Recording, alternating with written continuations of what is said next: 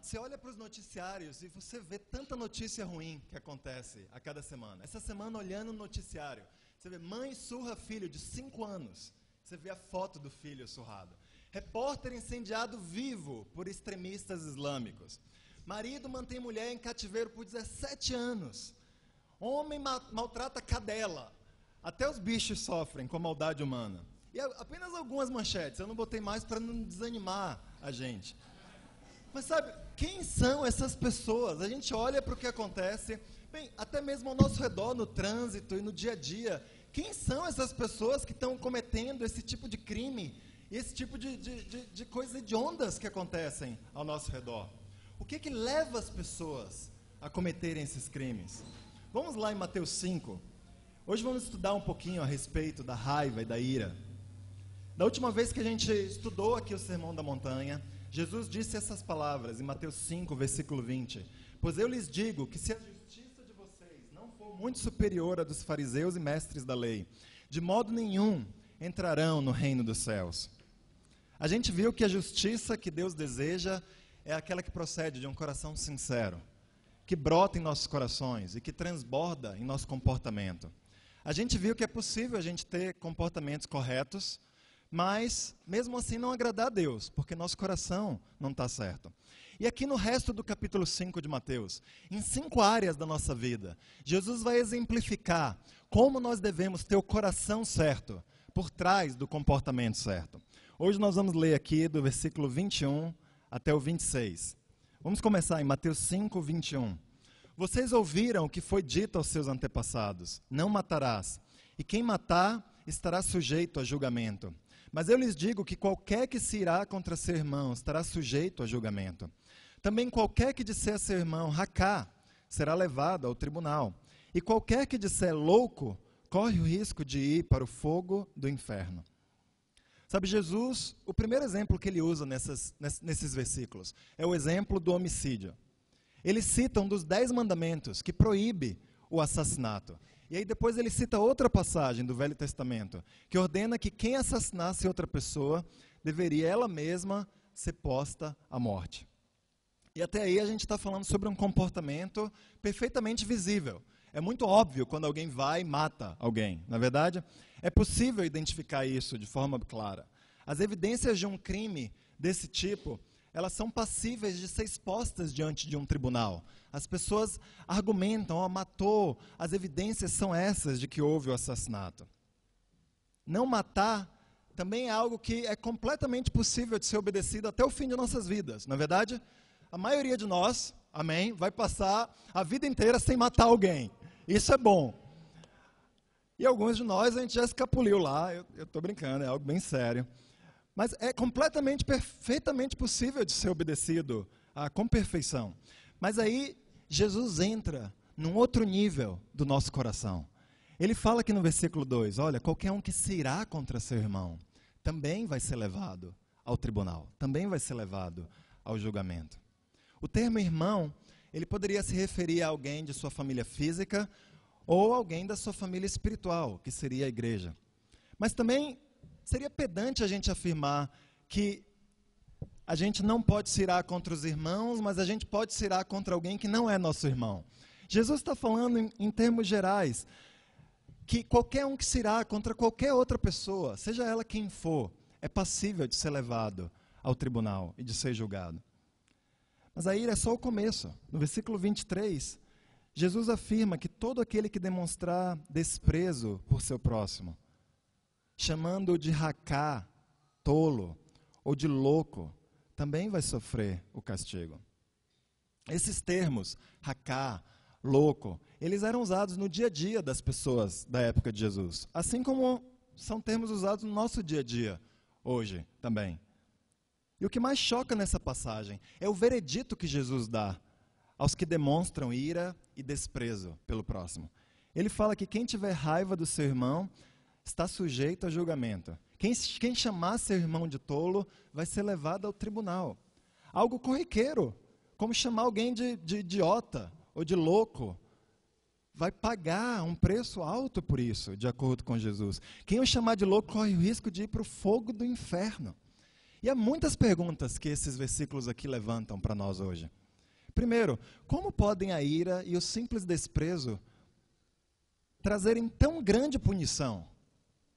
Como que Jesus pode estar afirmando que se a gente chama alguém de seu bobo, seu idiota, que a gente vai sofrer algo tão grave como o fogo do inferno? Uma punição que é comparável àquela reservada a quem comete assassinato, que é algo tão mais sério. Segundo, se a gente aplicar esses padrões literalmente a nós e aos outros, sendo a ira e o desprezo pelo próximo atitudes tão corriqueiras e tão comuns na vida de todo mundo, como que qualquer um de nós pode escapar desse julgamento? Qual é a esperança que existe para o homem e para a mulher de não irem e não sofrerem esse castigo? Terceiro, outra pergunta que a gente precisa responder. No caso do assassinato, no Velho Testamento, a pena de morte era prescrita.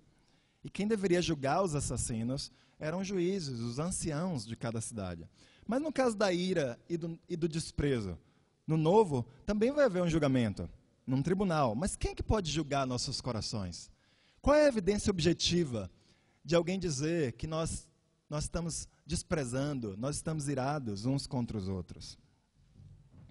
Bem, vamos a Tiago, capítulo 1. Para a gente responder essas perguntas, a gente primeiro precisa entender o processo por meio do qual o pecado nasce e se desenvolve em nossas vidas. E aqui em Tiago 1, nos versículos 13 a 15,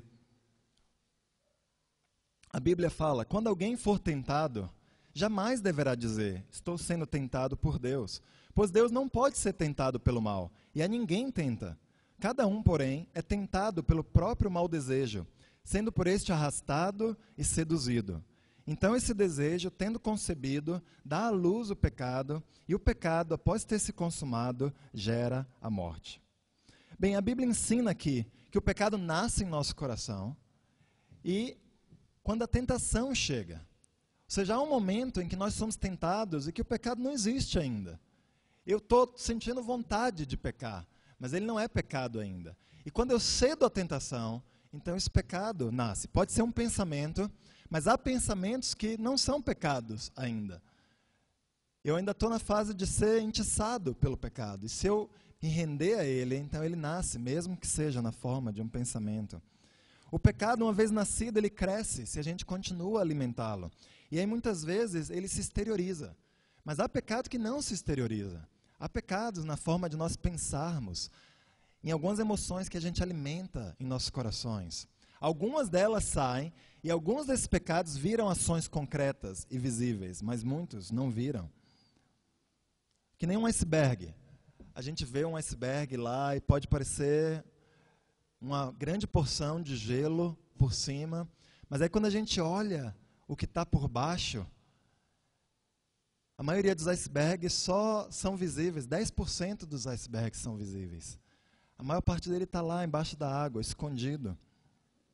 Da mesma forma, nossos pecados, muitas vezes quando eles saem, se tornam visíveis, eles ilustram o tanto de desenvolvimento que já existe dentro do coração, e que não é visível, que não foi detectado, mas já estava lá, antes de ultrapassar o nível da água.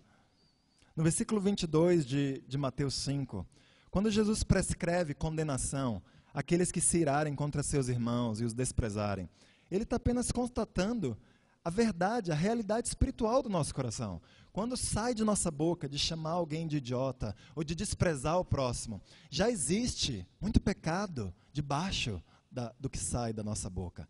Já existe algo que estamos alimentando lá, às vezes há dias, às vezes há semanas, às vezes há mais tempo ainda. O assassino, ele é meramente aquele cujo pecado já amadureceu e já chegou no nível onde suas consequências são mais sérias. E o pecado faz isso, ele se desenvolve e ele amadurece, e as consequências do pecado maduro vão se tornando cada vez mais sérias. Mas é tolo da nossa parte achar que consequência de pecado tem a ver com o pecado. Apesar das consequências ficarem mais sérias, o pecado é tão sério para Deus no seu estágio inicial, quanto ele o é no estágio final. Todo aquele que abriga raiva em seu coração, que despreza o próximo, é culpado do mesmo crime do assassino aos olhos de Deus. É o que Jesus está nos ensinando aqui. Quanto àquela primeira pergunta nossa, como que podem a mera ira e o simples desprezo levarem a tão grande condenação? Nosso erro, na verdade, estava em fazer uma pergunta como essa, em achar que desprezo pode ser mero e que ira pode ser simples. Não existe ira simples ou simplesmente um mero desprezo. O desprezo é algo monstruoso, a ira é algo terrível aos olhos de Deus. E por isso, a gravidade e o julgamento vai ser sério. Aqueles que se entregarem e aqueles que permitirem essas coisas em suas vidas. Vamos aqui a Gênesis, capítulo 4. Vamos ver uma história e um relato de como a ira e o desprezo por outro ser humano estão facilmente associados ao assassinato. Em Gênesis, capítulo 4, do 1 até o 9.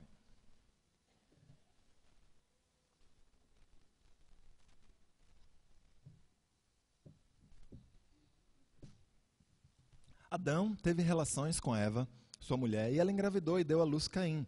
Disse ela, com auxílio do Senhor, tive um filho homem. Voltou a dar à luz, desta vez a Abel, irmão dele. Abel tornou-se pastor de ovelhas, e Caim, agricultor. Passado algum tempo, Caim trouxe do fruto da terra uma oferta ao Senhor.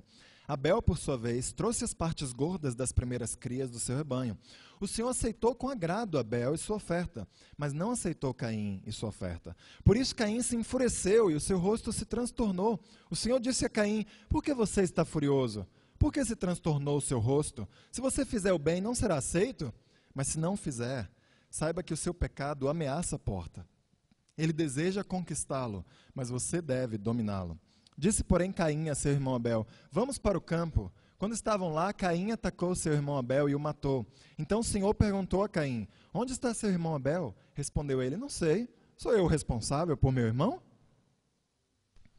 Abel ofereceu uma oferta que foi agradável a Deus, mas Caim ofereceu uma oferta também, mas não foi agradável a Deus. A gente não sabe direito por quê. Talvez não tenha sido voluntária. Ele viu Abel dando a oferta dele, ele falou, eu também tenho que dar. E ele foi e deu algo que não era do coração dele dar. Ou talvez ele tenha dado algo além do que ele queria dar. Eu queria dar isso daqui, mas eu me sinto constrangido a dar isso daqui. E isso não agrada a Deus. Ou talvez ele tenha dado uma parte que não era importante para ele. Ele deu um pedacinho do nada, nem foi sacrificial. E uma oferta que não é sacrificial não agrada a Deus. É melhor não dá-la do que dar algo que não é sacrificial. É melhor não dar a sua oferta, que não seja voluntária, que não seja completamente do seu coração. Mas aí Caim, Deus avisa a Caim sobre o pecado dele, que ele está prestes a cometer, que ele precisa dominar a tentação dele. Caim não ouve Deus e ele vai lá, despreza seu irmão e o assassina. Dá vazão à ira que ele estava sentindo. E ele demonstra na prática como nossa ira e o nosso desprezo são perigosos. Como a nossa ira e o nosso desprezo uns pelos outros são mortais, sim. É interessante como Deus aborda Caim aqui sobre o pecado dele, não? Ele pergunta a ele onde está seu irmão. Deus, que sabe de tudo, não precisava perguntar isso para Caim. Ele sabia onde o irmão dele estava. Provavelmente estava ao lado dele, recebendo já os prazeres da vida eterna. Mas Deus queria talvez lembrar a Caim a responsabilidade que ele tinha para com seu irmão. Talvez ele queria nos lembrar em tempos vindouros da responsabilidade que nós temos para com o nosso irmão. De nos perguntar, onde está o meu irmão? Como anda o meu irmão? E não cedermos à ira, e não cedermos ao desprezo que nos tentam dia a dia para com o nosso irmão. Sabe, voltando aqui a Mateus capítulo 5. Talvez Jesus queria mostrar que não só o assassinato, mas a ira e o desprezo também são passíveis de julgamento. E aí, para ilustrar esse princípio, ele conta duas parábolas que mostram como a gente deve conduzir nossos relacionamentos uns com os outros, para nós vencermos a ira e vencermos o desprezo. Em Mateus 5, no versículo 23, Jesus continua, portanto, se você estiver apresentando sua oferta diante do altar, e ali se lembrar de que seu irmão tem algo contra você, deixe sua oferta ali, diante do altar, e vá primeiro reconciliar-se com seu irmão. Depois volte e apresente sua oferta. Portanto, aqui no começo desse versículo, expressa a ligação com o que ele acabou de falar. Ele está dando uma ilustração de como deveriam ser nossos relacionamentos. Como a gente deveria considerar um ao outro, com apreço, sem desprezarmos uns aos outros. Jesus, você nota isso, ele sutilmente transforma um mandamento, não matarás, um imperativo negativo, em algo positivo. Ele fala, não mate, é o contrário disso, é isso que você deve fazer. É com isso que você deve preencher o seu dia a dia e os seus relacionamentos. Porque a gente pode não matar, mas ter ira em nosso coração. A gente pode não matar, mas chegar aqui no nosso convívio e desprezar o que está acontecendo com o nosso próximo. A primeira dessas parábolas aqui nos exorta a nos reconciliar com algum irmão que tem algo contra nós. Sabe, a iniciativa de reconciliação, segundo Jesus, ele não precisa partir do irmão ofendido. Basta você saber que tem algo que está separando você do seu irmão e você deveria ir atrás do seu irmão e buscar reconciliação. Em Mateus 18, Jesus fala da situação inversa. Você pode anotar e ler depois, se você quiser. Ou seja, o ponto é, não importa quem pecou contra quem. Se você está ciente de que existe separação, vá e faça algo. Vá e busque o seu irmão. Mas a culpa não é minha. Vá e se humilhe. Mas eu não tive nada. Vá. A separação, a falta de conciliação, o desprezo que nos divide é tão sério que Jesus fala, não importa de quem vai ser a iniciativa, tome como sua e vá e lute para que não haja separação entre nós, no nosso convívio cristão. O ponto não é provar quem está errado, irmãos. O ponto é acabar com a desunião. O ponto é haver relacionamentos verdadeiramente próximos uns dos outros. Afastar qualquer coisa que nos desuna. Porque a união é um dos frutos mais poderosos do Evangelho. A gente poderia falar da igreja, é tantas coisas que precisamos construir à medida em que a gente luta para agradar a Deus. Mas sabe, na raiz de tudo que a gente quer fazer, estão nossos relacionamentos. A razão pela qual Jesus nos separou e nos colocou juntos, é porque Ele quer que nós juntos façamos algo. É por isso que Ele nos colocou aqui. E precisamos decidir, se queremos ficar aqui, que nós vamos dar todo o nosso coração aqui. É algo que cada um de nós precisa calcular. Que a gente pode haver a bagunça que existe aqui. Se nós queremos construir nossa vida com Deus aqui, é com esses irmãos com quem precisamos construir. Não adianta vir aqui aos domingos, mas eu não acredito, eu dou minha oferta para a instituição X, ou para a situação Y. Olha, você pode fazer o que você quiser com sua oferta. Ela é completamente voluntária. Você não precisa dar aqui se você não quiser. Mas sabe algo que você não vai construir se você não der tudo o que você tem aqui? Você não vai construir o tipo de relacionamento que Deus exige de você.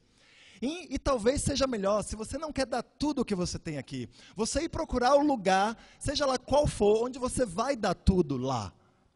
Mas aí dá tudo lá, porque aí você tem uma chance melhor de ser um ótimo cristão, onde você estiver. Mas irmãos, eu quero chamar cada um de nós aqui a dar tudo o que nós temos aqui, sem pedir desculpas, porque isso é algo que Jesus nos ordena fazer, para que nós nos aproximemos uns dos outros, para que nós paguemos o preço pela vida uns dos outros, aqui. E se nós, seja lá quantos de nós vamos ficar, quantos de nós vamos decidir, nós vamos, sejam 10, 100, 1000, nós vamos nos multiplicar. Porque quando decidimos dar tudo o que nós temos, Deus multiplica, Deus acrescenta, Deus se agrada e por isso Ele faz os milagres. Quando nós lutamos pelas raízes corretas, quando nós lutamos para os fundamentos estarem em seu lugar. Amém? Se vivermos na luz uns com os outros, se resolvermos os conflitos uns com os outros, se pagarmos o preço, seja lá quão alto ele seja, se vivermos com base na graça, nós vamos conseguir fazer tudo isso. A graça permite que a gente discorde uns dos outros sobre determinados assuntos e ainda assim mantenhamos a união. A gente não precisa concordar sobre tudo o que há debaixo do sol para a gente ser unido uns com os outros. Vou dar um exemplo disso. Essa semana vários de vocês viram esse vestido daí, não é verdade? Qual é a cor desse vestido? Quem vê esse vestido branco ou dourado, levante a mão. Tá bom. Quem vê esse vestido azul e preto, levante a mão. Tá bom. Olha só, pessoas honestas estão vendo vestido de cores diferentes. Quem está certo? Alguns até fazem piadinha, né, de quem vê certo, quem é mais isso ou mais aquilo. Mas o fato é que a gente vê isso de formas diferentes e todos nós estamos certos. Procure o Caio, que trabalha no Instituto de Física, ele vai te explicar como isso é possível. Ou então uma ilustração mais antiga. Quem vê uma senhora idosa nessa foto? Levanta a mão. Quem vê uma moça mais jovem nessa foto? Levanta a mão. Bem, quem está certo? Os dois estão certos. E você pode olhar para essa imagem depois com mais calma, para ver as duas. Mas sabe, a graça permite que nós... Pode passar agora, Toninho, para eu conseguir ir adiante.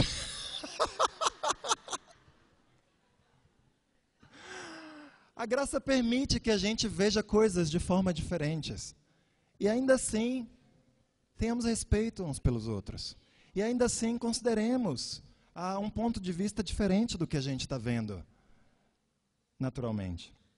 Sabe, nessa primeira parábola aqui, Jesus enfatiza a urgência e a disposição que nós devemos ter para buscar reconciliação. Ele narra a situação de alguém que tinha ido para o templo. Era o templo de Jerusalém, era o único templo que existia na época de Jesus. Estava oferecendo uma oferta diante do altar. E aí, antes de oferecer a oferta, ele lembrava que tinha alguma coisa contra o irmão. E aí Jesus fala, não seja pragmático nessa hora. Não termine rapidinho de oferecer sua oferta e vá, a primeira coisa, resolver seu coração. Largue sua oferta, vá resolver a situação com seu irmão. E aí volte e apresente sua oferta. E ele está usando uma hipérbole aqui, claramente. Mas sabe, era uma hipérbole poderosa, porque Jesus estava pregando esse sermão na Galileia. A Galileia ficava 1 semana de burro de Jerusalém.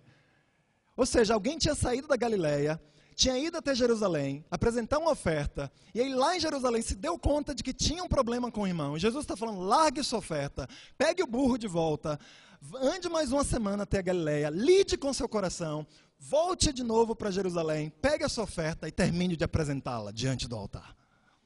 Ele estava comunicando um ponto para nós aqui, amém?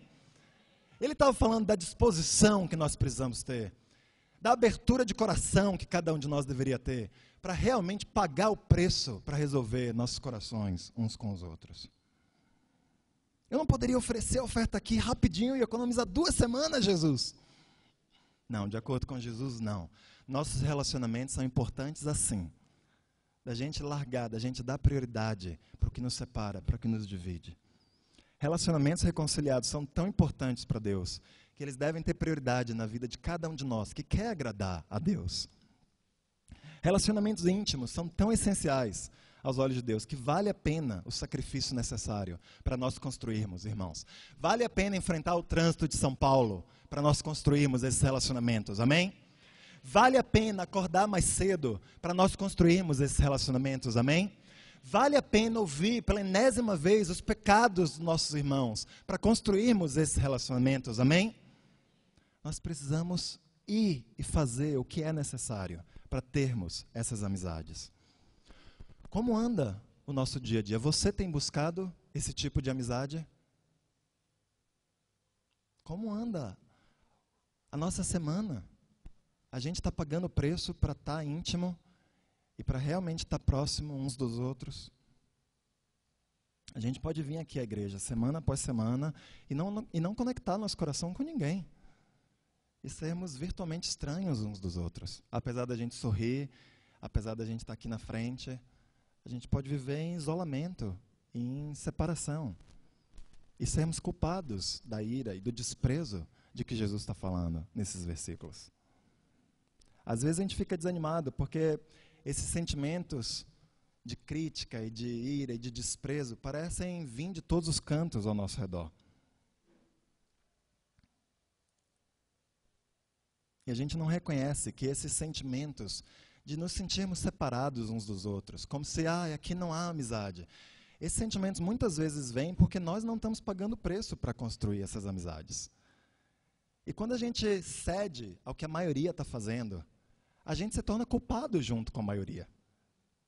Mas se a gente, mesmo sendo difícil, decide ir contra a maré, e contra o que talvez quase todos ou a maioria esteja fazendo, mesmo que a gente sofra, a gente vai ter a consciência em paz diante de Deus. E falar, eu não sou culpado da ira, eu não sou culpado do desprezo, porque eu estou lutando por esses relacionamentos. Você tem amigos aqui na igreja Eu não sou contra você ter amigos fora da igreja. Eu tenho um monte de amigos fora da igreja de São Paulo. Eu sou super agradecido por essas amizades. Mas aqui dentro, você tem? Porque é estranho, não? Pensar, eu tenho um amigo lá no outro lado do mundo.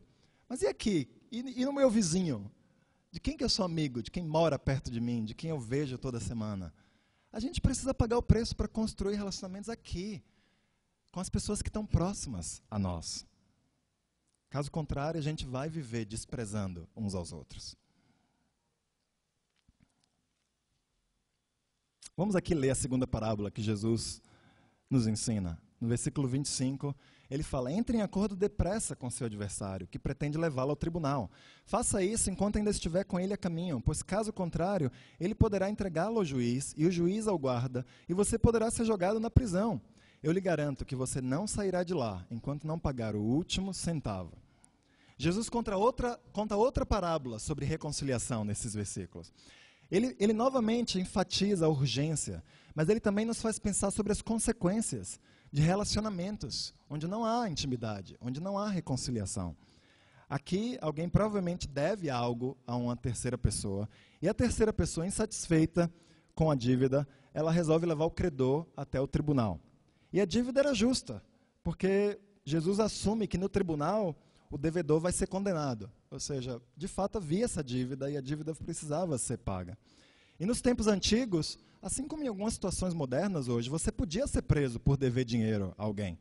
E você permaneceria na prisão até você achar uma maneira, ou alguém achar uma maneira para você, de eliminar a dívida, de pagar toda a dívida. E o amedrontador sobre isso era que, uma vez preso, a chance de você conseguir o dinheiro diminuía inversamente. Você não poderia mais trabalhar, você não teria mais meios de correr atrás. Ou seja, o veredito de culpado era algo assombrador. Você deveria fazer tudo o que você poderia fazer antes do julgamento para ir e quitar aquela dívida, porque depois a chance disso acontecer era praticamente zero. A motivação, então, era grande para se resolver a disputa antes de chegar ao tribunal. E o juiz dessa parábola é Deus. Deus que vê todas as coisas, que investiga as intenções do nosso coração e que consegue enxergar a ira e o desprezo que os homens às vezes não veem. Deus consegue ler perfeitamente nos nossos corações. O tribunal é o juízo escatológico, é o juízo final. O momento onde cada ser humano vai se ver face a face com Deus e vai enfrentar julgamento por tudo que disse, por tudo que fez e que não fez nessa vida. Nós, eu e você, somos tanto os devedores como os cobradores dessa passagem. Mas o intuito de Jesus aqui era que nós nos colocássemos no lugar dos devedores. E a parábola assume que a dívida era justa e ela seria reconhecida como justa pelo juiz. E da mesma forma, as Escrituras nos ensinam que nós somos devedores uns dos outros. Romanos 13:8 fala que a gente deve o quê uns aos outros? Amor. Vamos ler essa passagem, vamos ler Romanos 13, versículo 8. Porque espiritualmente essa é a nossa condição, nós somos devedores. Romanos 13, versículo 8 fala: não devam nada a ninguém, a não ser o amor de uns pelos outros, pois aquele que ama seu próximo tem cumprido a lei. Sabe, pergunta justa de se fazer: por que a gente deve amor uns aos outros? Porque Jesus nos amou primeiro. E ao nos amar, Ele colocou sobre nós a dívida. Ele falou: eu amei vocês, agora vão e amem aos outros. O amor de Jesus não tem só o propósito de nos reconciliar a Ele. Ao nos reconciliar, Ele nos torna automaticamente seus embaixadores. E se a gente abdica da posição de embaixador, a gente corre risco de perder a posição de reconciliado. O amor de Jesus nos salva e sempre tem o propósito de glorificar a Deus. Se a gente não está passando adiante o amor dele, a gente deve refletir sobre onde nós nos encontramos diante desse amor de Jesus. Ele ordena que nós paguemos a dívida que nós temos para com Ele, não tentando ser pessoas boazinhas ou legaisinhas, mas indo nos esforçando para mostrar o amor dele para outras pessoas também. Ele transfere a dívida que a gente adquire junto a Ele na cruz para com os outros. Por isso que espiritualmente nós somos sim devedores uns dos outros. Porque a dívida que tínhamos com Jesus, Ele tirou da conta dele e botou na conta individual de cada irmão. de cada pessoa que está próxima a nós. É como se, num sentido, cada um pudesse falar, olha, eu tenho uma dívida para com você. Eu ganhei essa dívida da empresa lá cobradora. De tal modo que nós somos, sim, devedores uns dos outros, devedores de amor. E por isso a gente deve lutar, irmãos, para nos perdoar, para nos encorajar, para a gente carregar os fardos pesados uns dos outros, para a gente estar próximo o suficiente um do outro, para saber o que está acontecendo. E se não há pessoas ao nosso redor, aqui, de quem você é próximo, ou de quem você está querendo se aproximar, ou lutando para se aproximar, você é culpado de ira, você é culpado de desprezo pelo seu próximo. E você está na mesma categoria em que vão ser acusados os assassinos e as pessoas hediondas que cometem crimes terríveis nesse mundo. Quem são essas pessoas? Eu e você. Talvez o pecado não tenha amadurecido ainda no nosso coração, a ponto de fazermos algo hediondo, como o que lemos. Mas se a gente não der passos para vencer esse desprezo, nós vamos ser acusados. Nós vamos estar diante de Deus, culpados disso. E com isso a gente responde a última das 3 perguntas iniciais. Se a ira e o desprezo são atitudes universais, que todos experimentamos, como que a gente pode escapar do julgamento? Se é algo tão corriqueiro que todo mundo peca, como que a gente vai escapar desse julgamento? Pagando a dívida de amor que a gente tem um pelo outro. Nos esforçando. A gente vai pecar, a gente vai cair, mas a gente está lá, reconhecendo diante de Deus que somos devedores. E nos envolvendo uns com os outros. Não precisamos ser perfeitos ao fazer isso. O ponto não é pagar pela graça com nossa obra. Se a gente entende isso dessa forma, a gente está equivocado sobre a doutrina bíblica de obra e graça. Se a gente vive tentando amar uns aos outros, a gente mostra que a gente está na graça. É evidência de que a gente de fato aceitou o amor de Jesus por nossa vida. A dívida é muito alta, nunca vamos saná-la. A gente não vai chegar nem perto de pagar. Por isso nosso trabalho não tem esperança de pagar pelo que Jesus fez por nós. Mas Deus quer que nós trabalhemos para esse fim. Deus quer que nós não desistamos de lutar por esse fim, de ir e pagar a dívida que temos uns para com os outros. Sua dívida está sendo paga? Ou você continua com a mesma dívida do domingo passado? Como foi sua semana? Há evidências de que você pagou um preço para amar outra pessoa, para se importar com algum irmão, para estreitar um relacionamento, para se envolver profundamente, para chamar alguém para estudar a Bíblia com algum amigo? Ou não há evidências? Ou sua semana se resume a trabalhar e cuidar dos seus afazeres?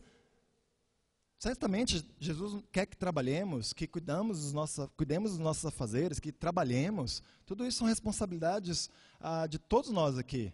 Mas há sim uma expectativa de Deus de que além de trabalhar, de cuidar dos filhos, de cuidar da casa, que nós trabalhemos para que nossos relacionamentos sejam caracterizados por amor, por intimidade, por proximidade.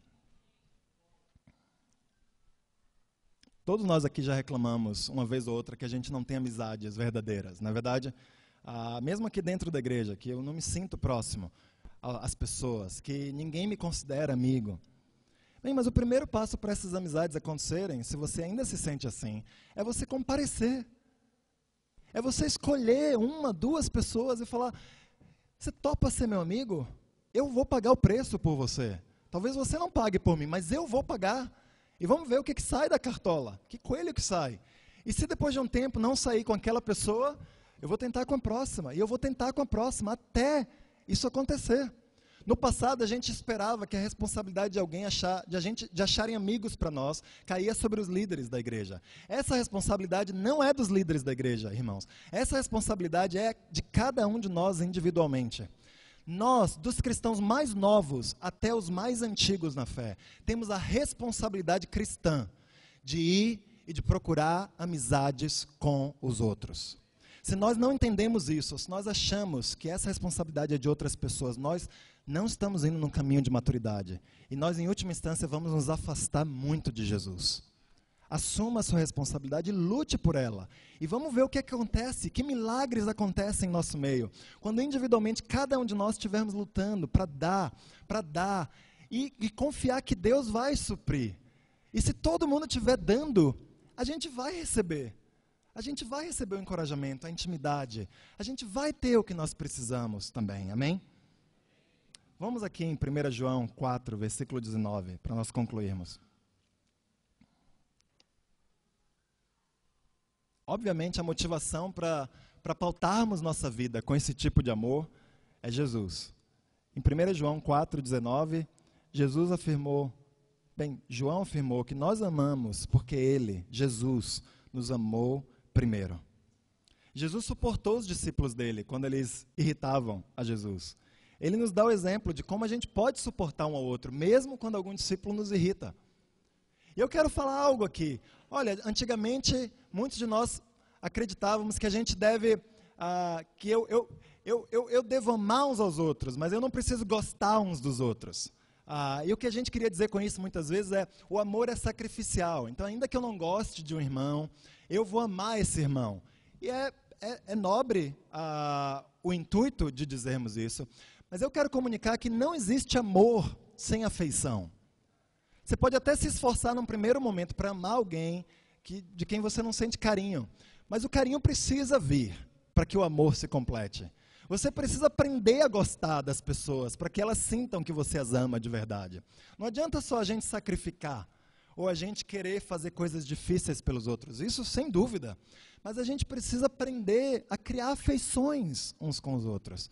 Amizades íntimas, se sentir ligado no dia a dia uns com os outros. Jesus tratou os discípulos dessa forma. Ele tratou até Judas com afeição. E ele comunicou essa afeição de uma forma tão perfeita que quando Judas o traiu, ninguém nem sabia que era Judas. Eles não tinham ideia de quem dos 12 poderia ser, porque Jesus amou igualmente a todos. Os que estavam mais próximos dele e os que não estavam tão próximos. Aqueles que era mais fácil amar, como o apóstolo João, e aqueles que não era tão fácil amar. Jesus se doou, e ele se deu, e ele entregou o coração dele para as pessoas. Ele nos dá o exemplo de como a gente pode entregar nossos corações uns aos outros. Ele construiu amizades profundas, íntimas, transformadoras com aqueles homens. Ele se divertiu com eles. Ele falou piada com eles. Ele deu apelido para eles. Ele os ajudou a sonhar e a saírem da mesmice do dia a dia. Ele falou de questões profundas dele, do próprio coração dele. Ele falou sobre assuntos eternos, ele sonhou sobre o céu e sobre os propósitos eternos de Deus. Ele desafiou aqueles homens a serem mais do que eles eram, a realmente encararem o pecado no coração deles e a lidarem, se arrependerem de seus pecados. Ele acreditou que eles seriam mais do que o que eles eram. Ele falou, eu creio, você pode ser mais. Jesus tem feito isso com cada um de nós também, não é verdade? Jesus tem nos suportado, Ele tem se divertido, Ele tem sonhado, Ele tem acreditado em nós. E Ele espera que nós façamos isso uns com os outros. Uma amizade cristã envolve todas essas coisas. A intimidade que Deus sonha para nós envolve todo tipo de intimidade, todo tipo de proximidade. Envolve ouvir com empatia, envolve corrigir com seriedade, envolve sonhar, envolve pensar sobre cada área da vida uns dos outros, porque isso é o que amigos fazem. E é isso que Jesus espera que nós façamos uns com os outros. Como ter uma justiça muito superior à dos fariseus na área de relacionamentos? Não basta não matar. É necessário nos relacionar, como Jesus nos ensinou. E que o exemplo de Jesus construindo esses relacionamentos sirva de grande inspiração para nós, irmãos. À medida em que a gente quer ter uma justiça maior do que a dos fariseus. À medida em que a gente quer ser aprovado por Deus. E, de fato, ouvir dele, muito bem, servo bom e fiel. Muito obrigado.